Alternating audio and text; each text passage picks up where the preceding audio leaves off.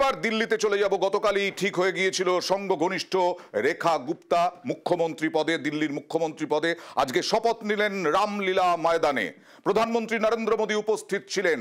প্রধানমন্ত্রী নরেন্দ্র মোদী উপস্থিত ছিলেন এবং এক এক করে মন্ত্রিসভা যেটা গড়া হবে তারা শপথ নিয়েছেন। শালিমারবাগ থেকে প্রথমবার বিধায়ক হয়েছেন। প্রথমবার বিধায়ক হয়েই রেখা গুপ্তা মুখ্যমন্ত্রী। যদিও তার রাজনৈতিক জীবন অনেক বড়। রাজনৈতিক জীবন শুরু দিল্লি বিশ্ববিদ্যালয় থেকে।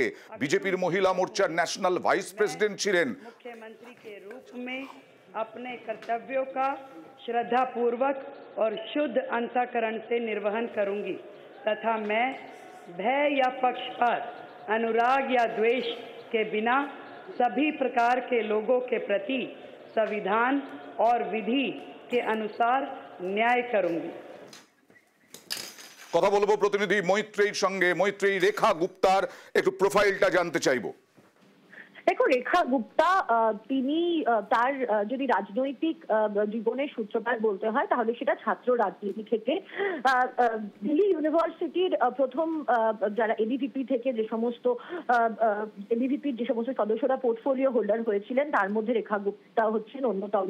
সেই রাজনীতির সঙ্গে যুক্ত হওয়া এবং তারপর মিউনিসিপ্যাল ইলেকশনে পার্টিসিপেট করা, এবং এর আগে রেখা গুপ্তা তিনি দুবার তিনি বিধানসভা নির্বাচনে লড়েছিলেন এই শালিমারবাগ কেন্দ্র থেকেই 2015 এবং 2020 সালে। দুবারই আম আদমি পার্টির কাছে তাকে হারতে হয়েছিল, কিন্তু এবার 29,000-এরও বেশি ভোটে জয়লাভ করেছিলেন রেখা গুপ্তা। এবং একজন স্ট্রং ফেস হিসেবে তার কথা ভাবা হচ্ছিল, তার কারণ রেখা গুপ্তা তিনি এমন একটা প্রোফাইলকে বিলং করেন।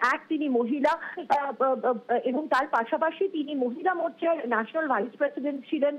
তিনি তার একটা আলাদা পার্সোনালিটি রয়েছে এবং সেই সব মিলিয়ে তাকে মুখ্যমন্ত্রীর জন্য বাছা হয়েছে বলে জানানো হচ্ছিল। ধন্যবাদ।